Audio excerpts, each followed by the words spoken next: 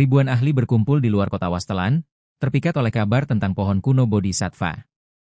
Dari Do Huang hingga Do Zun, mereka berbondong-bondong meski sadar bahwa wilayah kuno Wastelan adalah tanah terlarang bagi manusia, tempat di mana bahkan seorang elit Do Zun bisa kehilangan nyawanya. Xiao Yan dan kelompoknya memandang pemandangan ini dengan tenang. Baginya, kebanyakan dari mereka hanya akan menjadi korban awal dan pupuk bagi pohon kuno itu. Ketika suara gemuruh ribuan orang menyerbu hutan kuno terdengar, Xiao Yan memilih untuk menunggu. Ia tahu bahwa menjadi pion di garis depan hanya berarti memperbesar peluang mati sia-sia. Setengah jam kemudian, barulah ia memimpin kelompoknya masuk. Aroma daun busuk dan suasana kuno yang menakutkan langsung menyelimuti mereka. Meski perjalanan awalnya mulus, kewaspadaan Xiao Yan meningkat, terlalu aneh bila tanah terlarang ini terasa begitu damai. Kecurigaannya terbukti. Kabut beracun tiba-tiba muncul di dalam hutan. Little Fairy Doctor, yang peka terhadap racun, segera memperingatkan bahaya itu. Ia membagikan pil penolak racun kepada kelompok Xiao Yan. Namun, para ahli lain yang kurang persiapan segera jatuh bergelimpangan, tubuh mereka membiru dan mati sia-sia. Jeritan dan kekacauan pun pecah di hutan. Ketika kelompok Xiao Yan menembus kabut, mereka menemukan mayat seorang elit Do Zun yang hitam legam. Bahkan perlindungan Do Qi pun tak mampu menahan racun ini. Analisis Little Fairy Doctor mengungkap kenyataan yang lebih mengerikan, kabut itu bukanlah racun biasa, melainkan terdiri dari jutaan cacing beracun mikroskopis yang menyusup ke tubuh manusia tanpa bisa terlihat. Xiao Yan segera mengaktifkan Heavenly Flame untuk membakar parasit yang sudah masuk ke dalam tubuhnya. Suara kicauan mengerikan terdengar saat cacing-cacing itu hangus. Ia kemudian menyalurkan api surgawi ke Cai Lin, King Lin, dan lainnya, membakar parasit di tubuh mereka. Dengan Heavenly Flame, ia menciptakan zona aman dalam radius 50 kaki, membuat kabut beracun terpaksa menjauh. Meski berhasil selamat, Xiao Yan sadar bahwa kabut beracun ini saja sudah mampu menyingkirkan 80% orang yang masuk. Wilayah kuno Wastelan benar-benar pantas disebut tanah terlarang. Namun, tekad Xiao Yan tidak goyah. Dengan mata penuh api semangat, ia bersumpah akan menembus semua bahaya demi memperoleh hati Bodhisattva, harta yang bisa mengubah segalanya. Perjalanan Xiao Yan dan kelompoknya semakin menegangkan ketika mereka menembus kabut beracun di wilayah luar Wastelan kuno. Jeritan-jeritan menyeramkan terus bergema, namun api surgawi Xiao Yan mampu membuka jalan dengan menyingkirkan cacing beracun yang menakutkan. Setelah melewati kabut, mereka tiba di lembah luas yang dipenuhi gunung menjulang bak naga tidur, memancarkan aura kuno dan berbahaya. Xiao Yan sadar bahwa di balik pemandangan itu tersembunyi binatang buas kuno yang sangat kuat. Dengan menggunakan benih Bodhisattva, ia mencoba melacak lokasi pohon kuno Bodhisattva. Meskipun posisinya masih samar, ia mendapat arah menuju barat laut dan memimpin rombongannya melintasi jurang lebar ribuan kaki. Namun, saat berada di udara, kelompok mereka disergap sekumpulan binatang buas bermata merah. Dengan tenang, Xiao Yan menepi serangan itu dengan kekuatan Do Qi, menghantam makhluk-makhluk ganas hingga jatuh. Cai Lin mengingatkan bahwa mereka tak boleh terus terbang karena bisa menarik lebih banyak binatang atau bahkan faksi lain. Mereka pun turun ke tanah dan melanjutkan perjalanan dengan hati-hati. Tidak lama kemudian, beberapa kelompok Do Zun lain terlihat. Mereka juga berhasil melewati kabut beracun, namun memilih menghindari konfrontasi dengan Xiao Yan yang lebih kuat. Xiao Yan pun enggan bersekutu, menyadari bahwa di wilayah ini semua orang hanya memikirkan pohon kuno Bodhisattva. Perjalanan semakin berbahaya. Auman binatang buas mengguncang langit, dan kelompok Xiao Yan beberapa kali terpaksa bertarung. The Little Fairy Doctor menggunakan racunnya untuk menghabisi makhluk raksasa, membuktikan bahwa bahkan kekuatan binatang purba pun bisa ditaklukkan. Meski demikian, Xiao Yan tahu semakin dalam mereka melangkah, semakin besar bahaya yang menanti.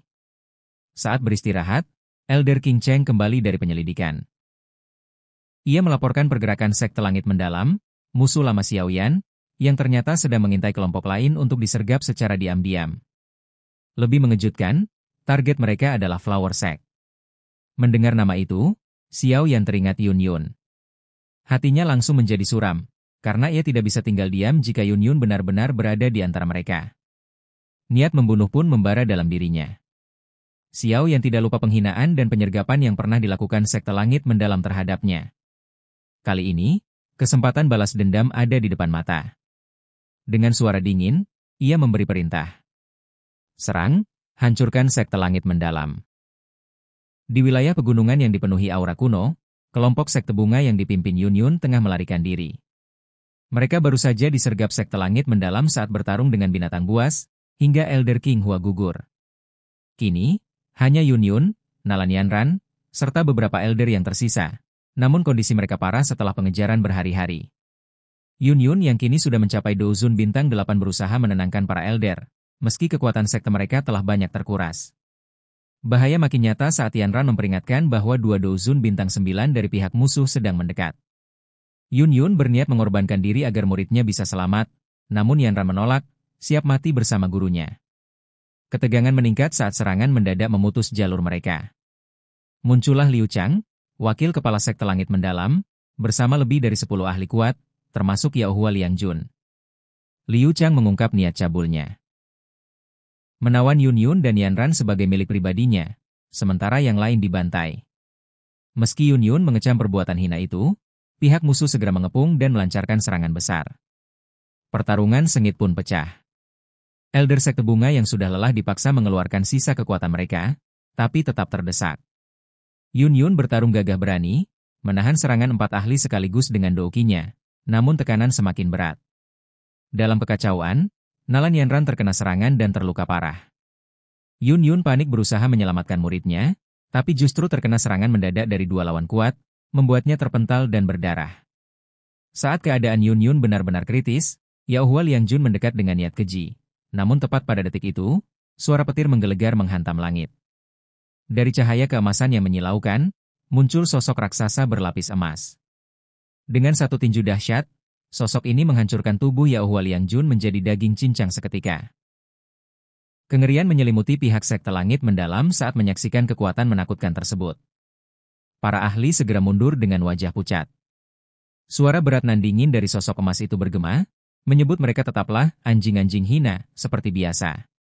Sementara itu, wajah Liu Chang mulai berubah suram, menyadari lawan yang muncul bukanlah sosok biasa.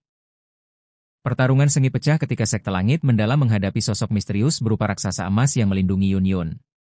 Liu Chang, wakil kepala sekte dengan kekuatan puncak Dozun, berusaha menghadang dengan jurus pamungkasnya, Great Hell Dragon Fist. Serangan naga hitam raksasa yang ia lepaskan tampak menggetarkan udara. Namun dengan satu pukulan sederhana, raksasa emas menghancurkannya dan melempar Liu Chang hingga tubuhnya membelah batu raksasa menjadi debu. Kekalahan Liu Chang yang begitu cepat mengejutkan para ahli sekte langit mendalam. Mereka sadar, lawan ini setidaknya berada pada tingkat Dozun 3 perubahan puncak, jauh melampaui kemampuan mereka. Meski ketakutan, Liu Chang memerintahkan semua tetua dan Dozun elit untuk menyerang bersama. Serangan gabungan puluhan ahli itu mengguncang ruang, namun raksasa emas maju tanpa gentar. Dengan satu gebrakan tinju emasnya, semua serangan hancur berantakan. Ledakan kekuatan yang mengerikan membuat sebagian besar elit sekte langit mendalam terluka parah, muntah darah, dan terhempas jauh. Melihat kekuatan luar biasa ini, hati Liu Chang dipenuhi rasa takut. Ia mencoba bernegosiasi, namun raksasa emas tidak memberi kesempatan. Liu Chang pun memutuskan melarikan diri secepat kilat, berjanji dalam hati akan membalas dendam jika bisa lolos.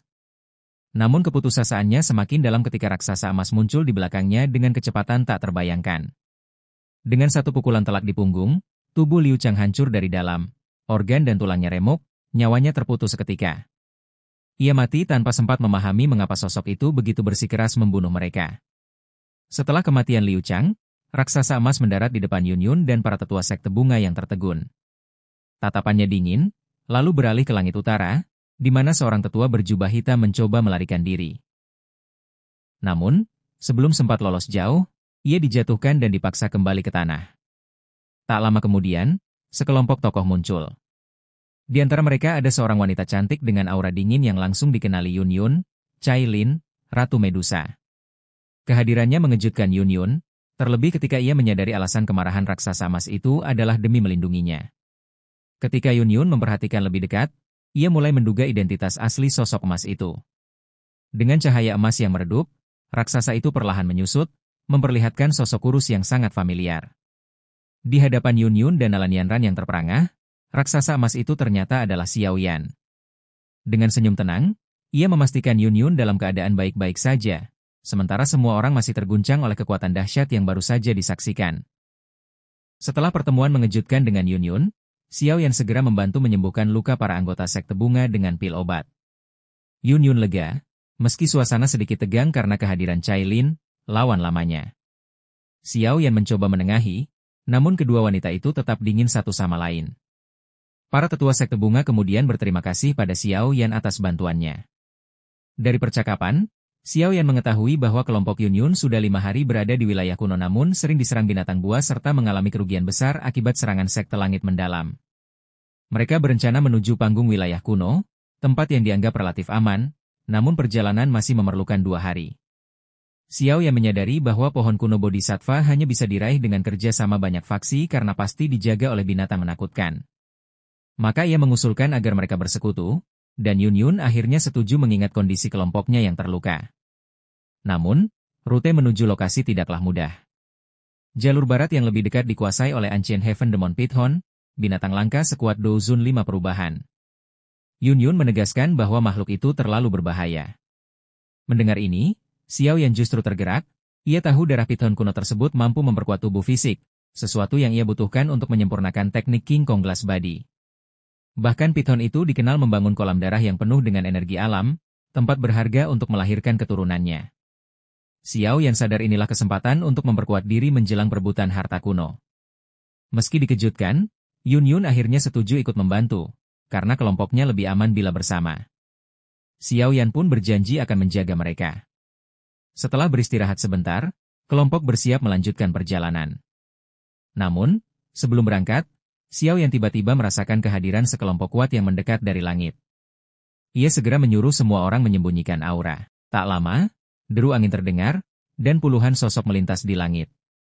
Yang memimpin adalah seorang wanita dengan pakaian berwarna-warni, Feng King Er dari suku Heaven Demon Phoenix. Xiao Yan terkejut.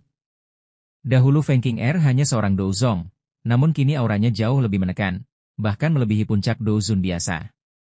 Lebih mengejutkan lagi, dari dirinya terpancar tekanan Phoenix surga kuno, sesuatu yang seharusnya sudah lama punah. Xiao Yan menyadari bahwa Feng King Er pasti memperoleh kesempatan besar yang membuat kekuatannya melonjak. Tekanan ini membuat Xiao Yan merasa terhimpit. Ia tahu bahwa tanpa peningkatan kekuatan segera, dirinya akan tertinggal oleh lawan-lawannya. Maka ia bulat tekad. Ia harus menghadapi Ancient Heaven Demon Python, memanfaatkan kolam darahnya, menyempurnakan tubuh fisiknya, dan menembus ke tingkat Dozun bintang ke-9 agar bisa menandingi para musuh yang semakin kuat. Stop.